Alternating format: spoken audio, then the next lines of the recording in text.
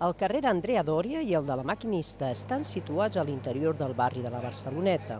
Són el pas obligat per a molts veïns quan van al mercat o altres comerços o equipaments de la zona.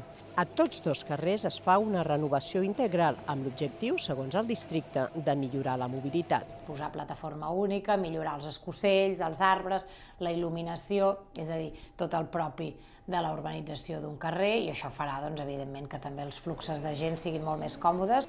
Als dos carrers es renovarà el paviment, els col·lectors de clavegram i s'hi instal·larà nou enllumenat públic, mobiliari urbà, així com arbrat.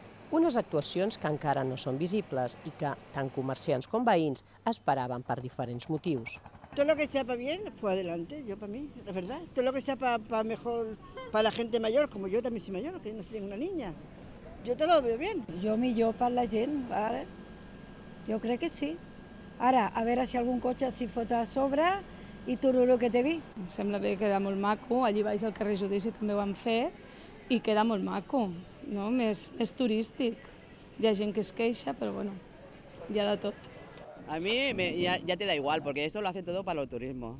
Todo lo quieren poner, mejorar la Barceloneta para el turismo. No lo hacen por el vecino, lo hacen para el turista. Les obres estan incloses en el Pla de Barris de la Barceloneta i tenen un pressupost de 2.200.000 euros. S'espera que els treballs estiguin acabats al febrer de 2015.